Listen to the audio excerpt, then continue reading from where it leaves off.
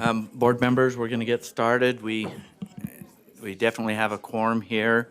Glad that you guys could make it here safely. Understand the roads aren't so good and the traffic's worse than the roads, I guess. Or maybe the roads are creating the traffic. Want to welcome everyone here to our board meeting. Got quite a bit to do today. Again, thank you for being here. On the emergency safety side, our exits are out these doors to my right. If you're looking at me, it's to your left. Get in the hallway and you can go right or left and exit the buildings. We also have, the restrooms are just right across the hall as you leave these doors. Again, thank you for being here. Board members, will go right to our agenda. Asked Board Member Bolter to lead us in the Pledge of Allegiance.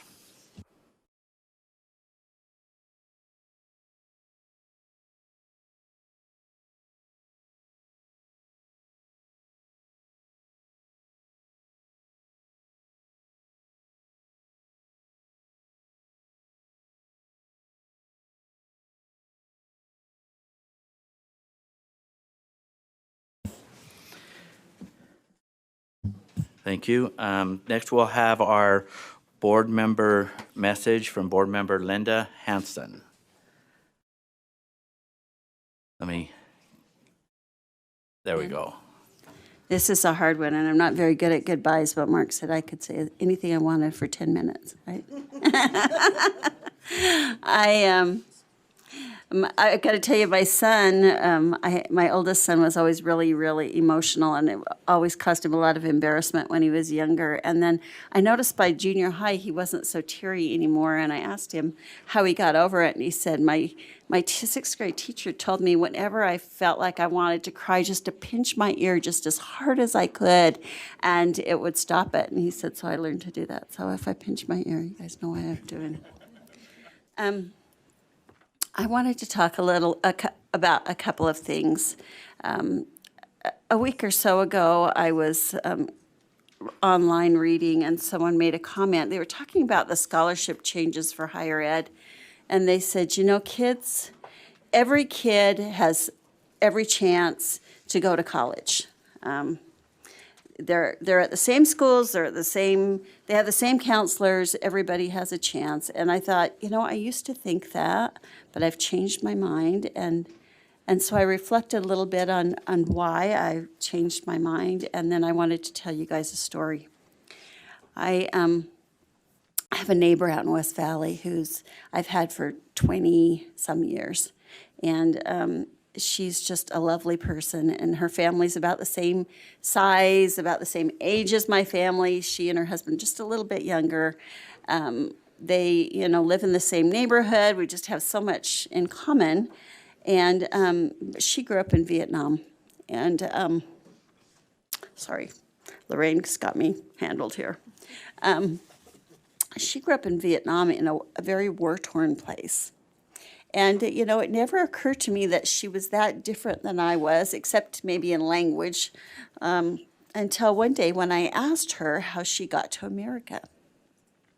And she told me, she said, my mom and sister and I were boat people. And for those of you who are younger, when I was a young person, we would watch them try to pile on boats, and get away from Vietnam, and how sometimes the boats would fall over, capsize, and then they set big ships to take these people away. And she said, we waited in these long lines for days.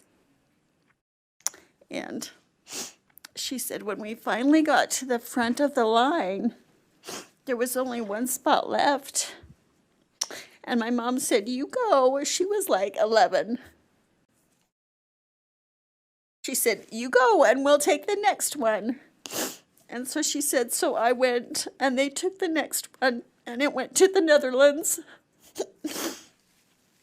And she said, and I was in America all by myself. Now, can you imagine being 11 years old and being in America all by yourself with no family and no No one. And not knowing what happened to your mom or your sister, or just waiting and waiting. She said she waited for a couple of years trying to find out what had happened to him and didn't know they'd gone to the Netherlands. It was 40 years before she saw her mom.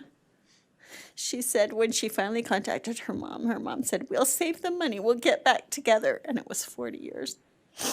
But when she was telling me this story, I was, so distressed. She said, no. She said, people were kind. People helped me.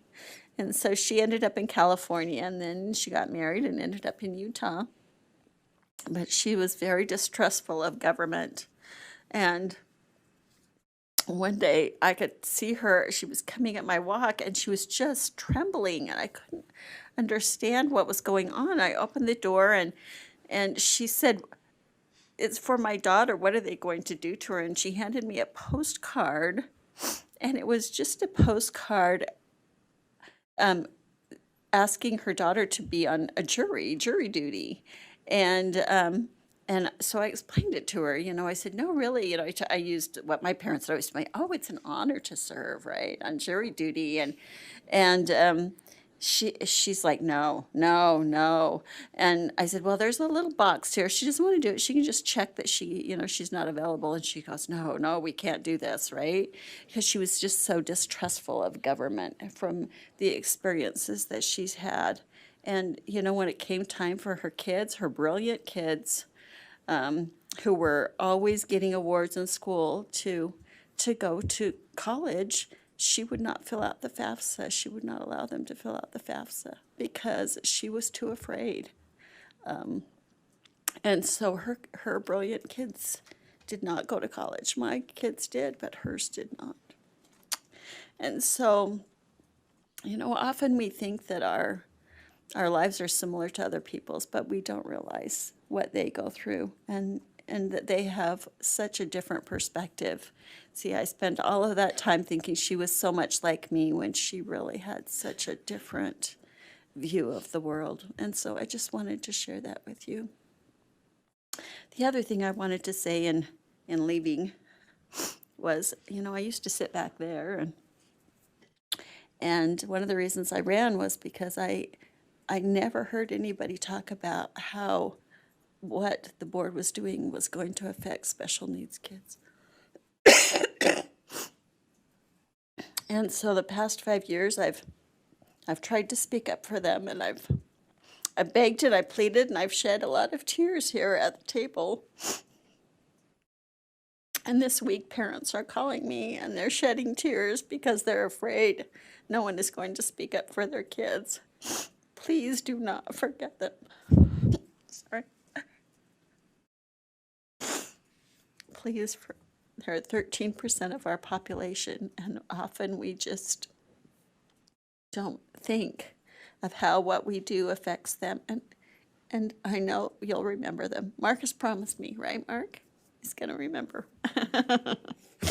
And I just wanted to leave those thoughts with you today. And I want you to know that I have loved being on the board. Last year, I had a teacher that shadowed me last fall, a year ago. And I asked her name's Amy, and she's a special ed teacher from Tooele. And I asked her what she learned, and she said, "You'll be surprised at what I learned." She said, "I've listened to board meetings." And she said, "I know you guys disagree all the time, but I learned that you're friends and that you get along."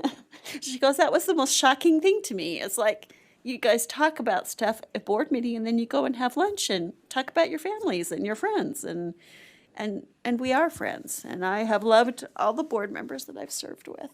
And I'm grateful to have had the opportunity. It's been an honor. Thanks." Thank you, Board Member Hanson. Tough to follow. You're gonna be missed. Which is next on the agenda is recognizing your service. And Miss Lorraine was really kind, and you've served in a lot of capacities. I'm sure we don't have them all here, but this is what I have listed. That Board Member Linda Hanson has been a board member since 2015. And we've come a long ways, haven't we? Has served on every standing committee, including as chair of the Law and Licensing Committee. She chaired the board's advisory committee review task force, participated in the Governor's Commission on Civic and Character Education, the Rural Schools Association Board, and was liaison to the State Charter School Board. She served on the board's licensing task force, School Leadership Working Group, Computer Science Task Force, Student Advisory Council, School Safety and Advisory Committee, and Teacher Supplies and Materials Work Groups, among others. I'm sure I don't have them all. Currently participates on NASB's Early Childhood Education Study Group. Board Member Hanson has always stepped up and taken every assignment that I've ever asked her to do, and she's volunteered for many more she didn't get the assignment on. She's a go-getter, and as an advocate for special needs, I assured her, many of us were not too far from children that have special needs. I have them in my family, and that advocacy will continue on the decisions that we make. For myself, I'll say to myself, how does this affect special needs? But what would Linda say about this? And so you've kind of got that burned into my brain, and I appreciate your service. This is absolutely not a goodbye, but it's see you later, because I will most likely be seeing you in other serving capacities, and maybe back here visiting us. And thank you for your service, and excited about change and things that's happening into your life, and we hope the best for you. So with that, we have a recognition, which is a bell. Kind of appropriate. Kind of sounds a little Christmassy. The State Board of Education. So you're awesome.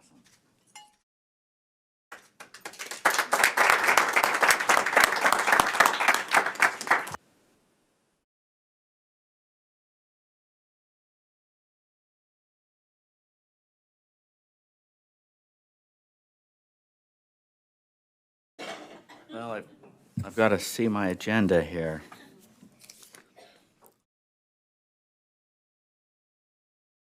Okay, next we'll have our employee recognition. Superintendent Dixon. Good morning, board members, thousands of listeners, and live audience. Yeah, right. So I just love this part of board meeting for the opportunity that you give me to recognize our outstanding employees. This week, we've had a lot of fun celebrating all of our employees with our annual Christmas breakfast, and we dress up in silly hats and serve a nice breakfast, and it's our way to be able to greet and thank every member of our staff. You'll also see lanyards in front of you. We thought it was about time to identify ourselves when we're out in schools and in the buildings, instead of just a generic black string that we've been wearing for years. So we really appreciate Sherry, Reuben, and those who work to get these lanyards in place for all of our employees. And each new employee that comes into our office will receive a lanyard as well. But today, I want to recognize one of our outstanding employees, Malia McElvena. And so, Malia, come up. I love introducing you to people that sometimes are behind the scenes but do some of the most important work in this state, and Malia is one of those people. Malia is an employee that we recognized her for her just outstanding, consistent work.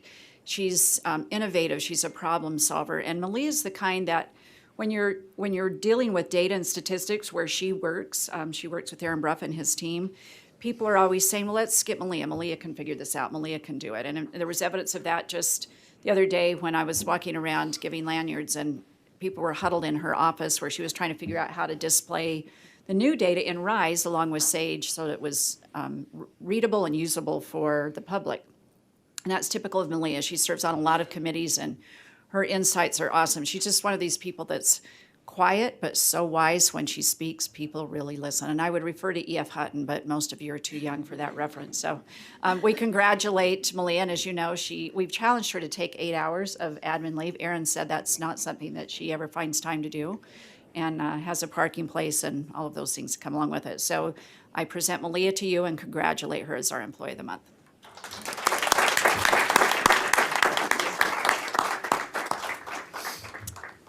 And I also am excited to have you meet our new employees. We just continue to expertly acquire so many great people in our office, and so we'll turn the time over to them. And if you would introduce yourselves, where you work and where you came from, not heaven, but just like your prior work. Good morning. It's great to be here today. My name is Sydney Seeger. I'll be working in the special ed department, and I came from Davis School District. So it's wonderful to join you great people. Thank you. I'd like to point out that's 4 Sydneys working at our agency. Same spelling. Kindred. Thank you. There you go. Good morning, board members. My name is Jorden De Haan. I also work in special education as a dispute resolution specialist. Most recently, I come to the State Board of Education from the Department of Human Services, Division for Services for People with Disabilities at the Utah State Developmental Center in American Fork, which is an intermediate care facility for individuals with intellectual disability. And prior to that, my background was in civil litigation. So I'm very pleased to be here with you. Thank you. Good morning, board members. I'm Timothy Jenkins, and I am in licensing, and I came from Carnival Cruise Lines Entertainment. Let's see what we do. Hi, my name is Jared Walker. I am working with child nutrition programs as a data analyst. I've been working as a technologist doing sleep diagnostics for the last 12 years, and went back to school and fell in love with data, and I feel very lucky and look very forward to doing something that I love. It's nice to meet you. Thank you for joining USBE.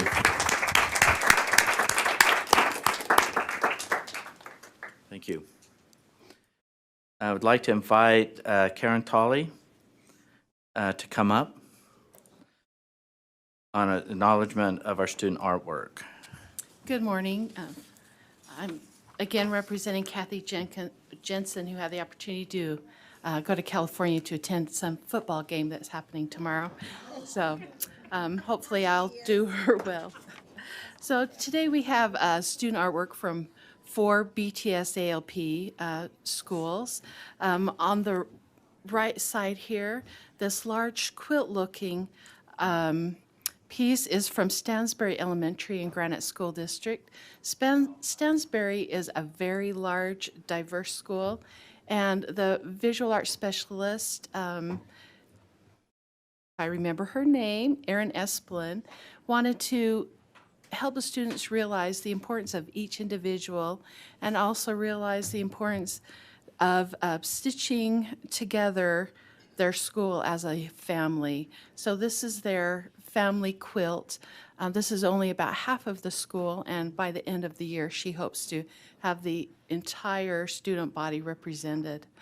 On either side of that piece are some pieces also from specialist Erin Esplin, her work in Woodstock Elementary with the special education students. Each of the students created a representation of themselves and the world around them, and then they collaborated in groups to create a new world.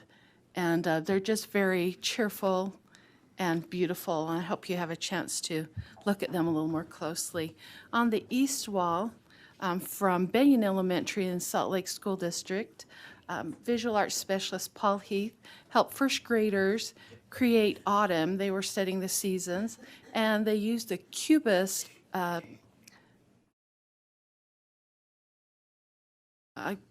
can't even think of the word.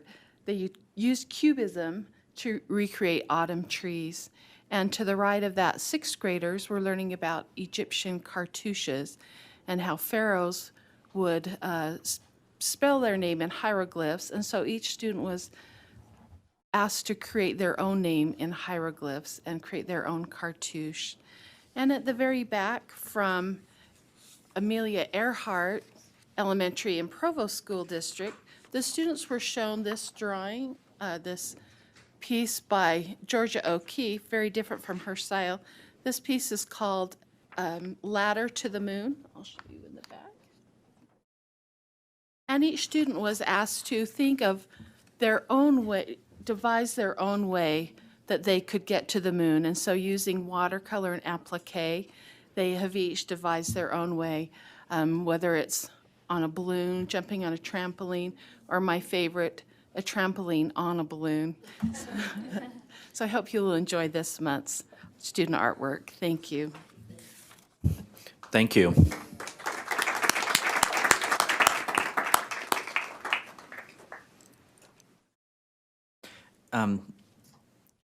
Robert, do we have all of our students here?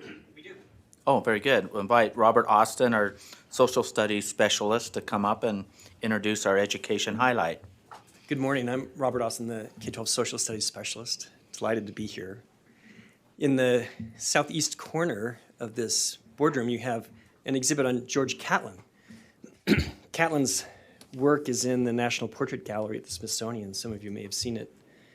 It's notable that in 1850, he devoted his life's work to making sure that Native people were represented and honored and celebrated, that they were worthy of representation.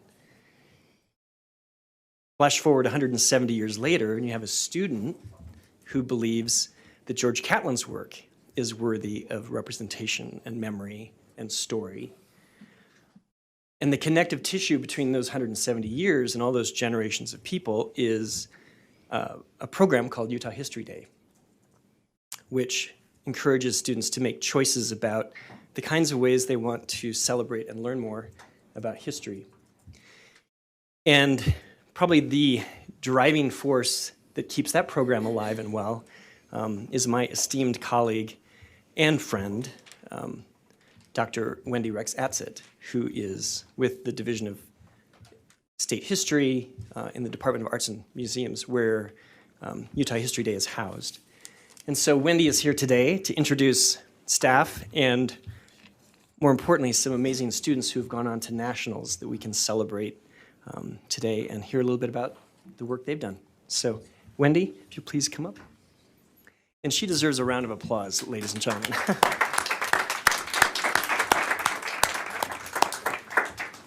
Thank you.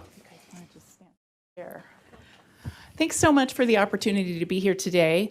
I am the state coordinator for the Utah History Day program. This program has actually been operating in Utah for since 1980 as part of the National History Day program. You may be more familiar with it as Utah History Fair, but we did change the name to align with the national program about 5 years ago. Our goal is to give students the tools to understand the past by actually doing history, by becoming researchers, presenters, and scholars of their chosen topic. Our students gain academic skills that help prepare them for college and careers, and they also develop key literacies that prepare them to be civically engaged adults. Our guests today, we have 3 students here that all developed History Day projects last year and who qualified to attend the national contest last summer, where they were able to spend a week in Washington, D.C. competing. At that event, there are over 2,000 students there from across the country and internationally. So it's a very big deal. It's very competitive. And it's my pleasure to introduce to you Natalia Lopez, Amelia Simper, and Jocelyn Millington. Natalia is here from Logan. She attends Green Canyon High School. Amelia and Jocelyn work together on a project. They're from Saratoga Springs. And Amelia attends Vista Heights Middle School, and Jocelyn this year attends Lake Mountain Middle School. They're each going to speak briefly, and then after that, we'd be happy to take some questions from you. Natalia. Hello, board members. I hope you don't mind me. I do have a cough right now, and oh, thank you. Sorry. And I do have a mild cold right now, so you're gonna have to excuse that. So, yeah. My name is Natalia Lopez. Thank you for allowing me to be here today, and I would also like to thank Wendy for the opportunity to invite me here to speak. History Fair has been a very big part of my life. I have attended National History Day 2 years in a row now with my projects, both documentaries, on Brown versus the Board of Education and the tragedy and triumph of the East Los Angeles walkouts of the 1960s. And so through both of these projects, I have been able to see see history, and I have been able to see the past and how it might apply to the future today. We live in a world of constant change. And in the 1960s, this was very much prevalent. And we must understand today that there is change that's going to happen. There's going to be reform, and we must see that through these projects. And what I have learned and what insights I have gained through these projects is very much that we must understand the world through a context, but at the same time through the perspective of others. And while me might have a perspective as people living in this world, others have different perspectives, and we must see that as well. And we must, and as you as board members must know this as well, that you must bring a change to these people in the best way that it might reach others. And through History Fair, I have gained the knowledge of research, of learning, of process, and of given the opportunity, of granting the opportunity to achieve something that is greater than myself. Through these projects, I try to strive to bring representation, and in my school, and what I have done through there has also reflected what I have learned through these projects. Coming here today even has included some of the skills that I've used through these projects. Preparing to answer questions, preparing to face all of you today through presentation and through these skills. And History Fair is a very valuable program, and it is valued, and it has not reached enough schools today. And even though it might not be possible to reach all schools and force them to do everything, and as well as it's not possible to force every student to be grand and go do the best in their lives. Their choices are their own, but it is something that should be pushed and should be definitely suggested to other schools, because through History Fair I have learned that we must be able to research, we must be able to have a strong work ethic in order to accomplish our goals and in order to accomplish what we see today. And we must be able to stand in front of people and present and be able to talk and be able to listen to others as well. And I don't have very much time here today, but what I want you to gain from all of this is that History Fair is valuable, and students are valuable in what they can do through History Fair. And with the knowledge and with the skills I have gained, there's definitely change being made. And definitely, History Fair is a valuable program. It should be pushed, it should be sponsored. And again, I would like to thank all of you today for allowing me to be here. But yeah, again, it's valuable because you learn, you research, you study. This is all stuff that prepares you for college. And I see that especially in the way that I now move forward in the projects I have at school. And again, I would like to thank you all for allowing me the opportunity to be here. And I would like to thank Wendy for coordinating all of this and allowing this all to happen. And I would like to thank all of the places that have allowed History Fair to continue. And again, it is important to learn, to value the past and the future. Thank you.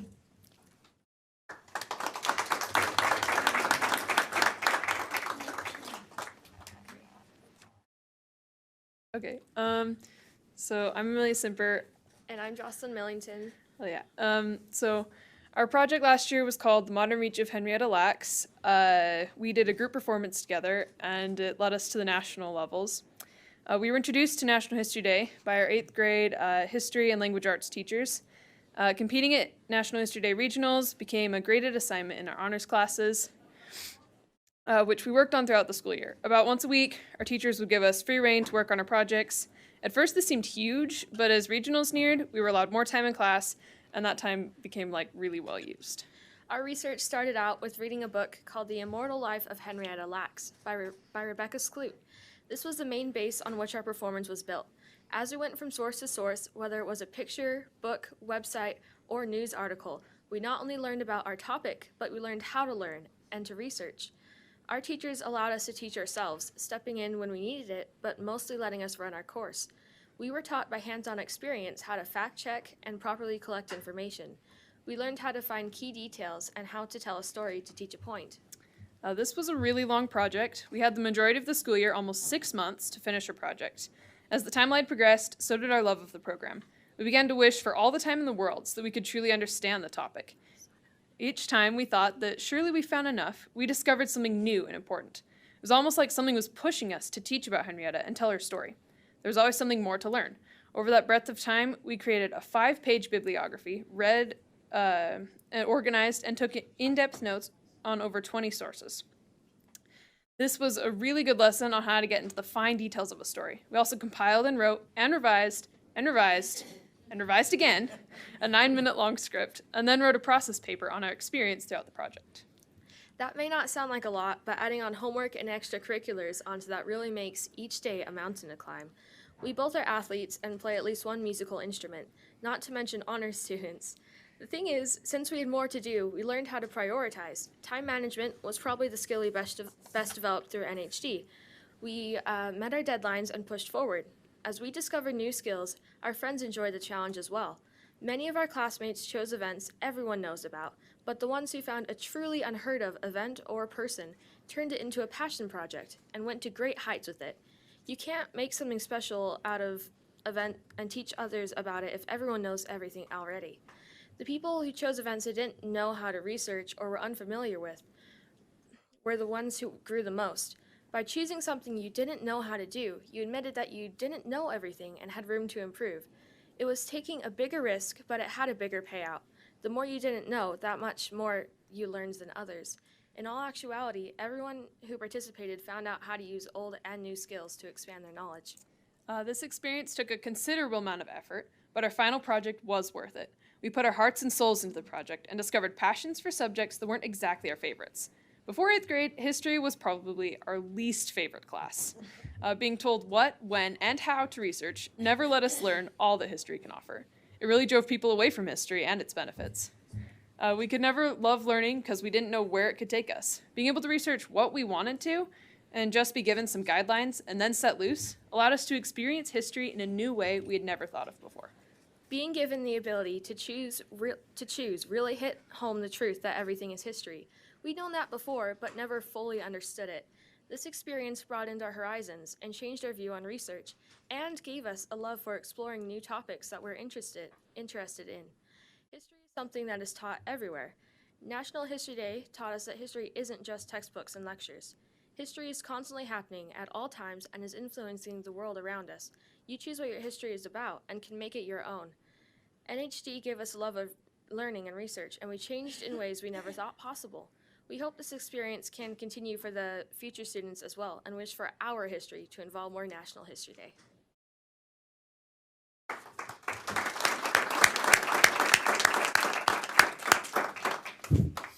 Did you have more you wanted to add No, before I I just have board questions or comments? Wanted to open the floor for questions. Okay. Board Member Belknap.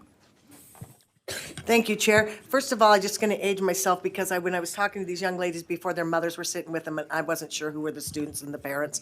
But I did want to ask if you have teachers here, or if you would tell us who your teachers were who helped drive this for you so we could recognize them.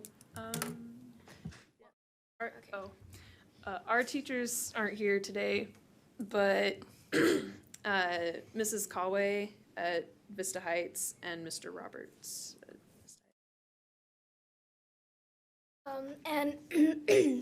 And my teacher isn't here either, but I had Jeffrey Lowe from Thomas Edison Charter School. He was my history teacher for 7th and 8th grade, and currently I have Gordon Peer from Green Canyon High School, who is supporting me through my most recent endeavor at this project. Other questions, comments from board members? Superintendent Dixon? Thank you, Mr. Chair. Just point of privilege, I want to acknowledge Robert Austin. He has had so much passion about this project for as long as I can remember, and I truly believe that we wouldn't have the project we have today without both he and Wendy. And I know you feel his support, Wendy, and I would be remiss if we didn't acknowledge his passion and the outcomes that he strives to engage students in every day is evident in the way these young women present themselves and the passion that they've had for this project. So big shout out to Robert Austin and his ongoing support. Robert, will you stand? Hey, thank you.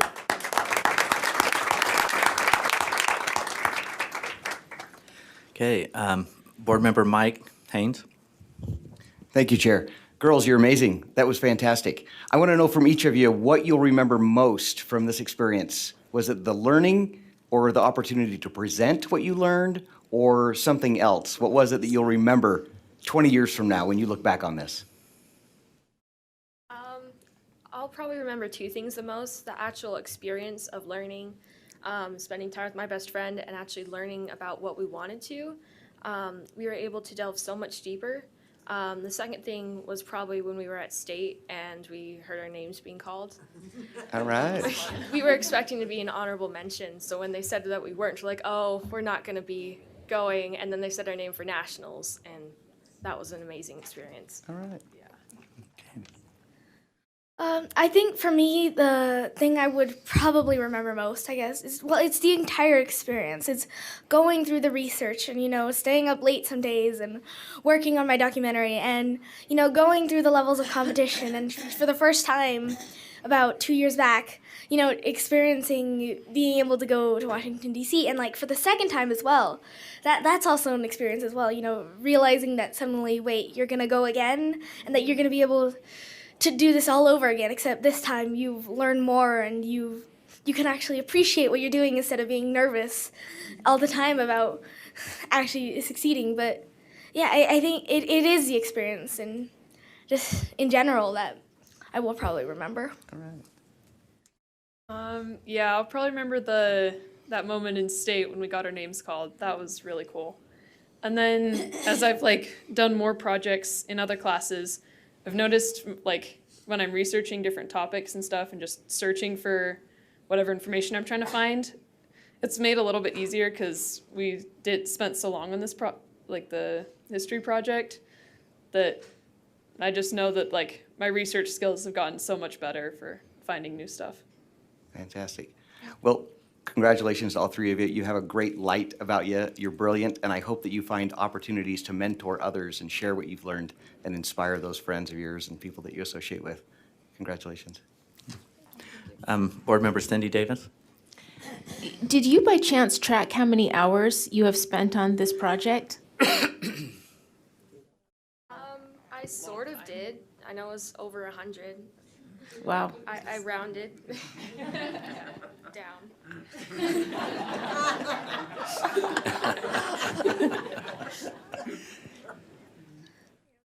I can't say for sure how many hours I spent on this. Definitely, I have spent probably, I honestly don't know. It's just so much work to be able to get this done, but at the same time, it's exciting and invigorating to work on this as well. Yeah. Well, thank you for just your great example. And I was taking a picture of you, but then I had to take a picture of the Wall of Moms and found that site particularly touching. So we do a lot of work with schools and educators and understand what goes on with parents, and we're so grateful. We're all on the same team. And I want to thank you for your example, number one, and number two, for making the choices that you're making with everything that's out there in school, that you chose to get involved in history. But a question I have for you is, as you're looking at history, do you see yourself personally participating and being a part of it, being something that might be researched? And that do you see yourself playing a role in making history? Because you have today, because you're on our agenda, and your names are listed and all of that. So my question to you is, do you see a place in history for you? I don't know. It's a big question. Well, I'm hoping to be a scientist, and through that, hopefully I can make history, finding cures, and learning new things. There's always a hope that you make history. I mean, through the sands of time, you can't always see what's going to happen, whether you leave your mark on the foot. And, there is always that hope. And I guess I do hope that one day I'll leave my mark in history and, maybe someone will remember me someday. And, it's always that hope. Thank you. All right. Well, it's a tough question. Board Member Mark Marsh.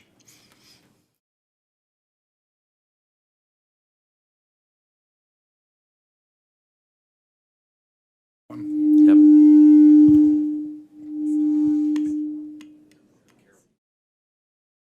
Is it me? I think he meant me, Mark. Is that okay? Oh, well, it showed up on here as, Oh, okay, Board Member Lear. And I just wanted to note that there are 3 young women here who studied women through the Board of Education, through Brown versus Board of Education and Henrietta Lacks. And I think that's kind of noteworthy. And congratulations for choosing those topics and being those amazing young women. I'm not seeing any other questions or comments. What's that? Mark, did you have one? Yeah, I did have questions. Okay. Okay, we'll try it again. All right, I'm gonna. Hey, come use my mic, will you, Mark? Okay, I'm gonna pull it away from me, having done a little public address in my life, and I have a loud voice. I just wanted to ask you a question. You guys spent some time in Washington, D.C. What was the biggest takeaway, the most interesting thing that you got to experience or see while you were there? Because you were in the heart of the museums and monuments and things there of our history of our country. So I'd like to hear from each of you what you picked as your favorite outing. I really liked being able to see, we went to the National Archives building and saw like the Constitution and the Declaration of Independence. I was like, wait, these things are actually real? Because you've always like heard about them and stuff in school. And we visited the Lincoln Memorial, and I saw that and I was like, this is huge. I didn't know that, like, I knew that they existed, but didn't actually like realize they were actual places you could like visit and stuff. My favorite part was probably visiting the Air and Space Museum and being able to see the Discovery Space Shuttle. That was just awe-inspiring. For me, visiting Washington, D.C., there's all this great stuff that I got to see, but I think the most impactful for me was when I first went to Washington, D.C. It was the National African American Museum of History, and it's an experience. It really is. The way they have structured the museum, it's more than I can describe with words. It touches you. It really touches you, the way they set it up and the way they begin with how African American history started in the United States. And as we all know, that was a tragedy, how it began.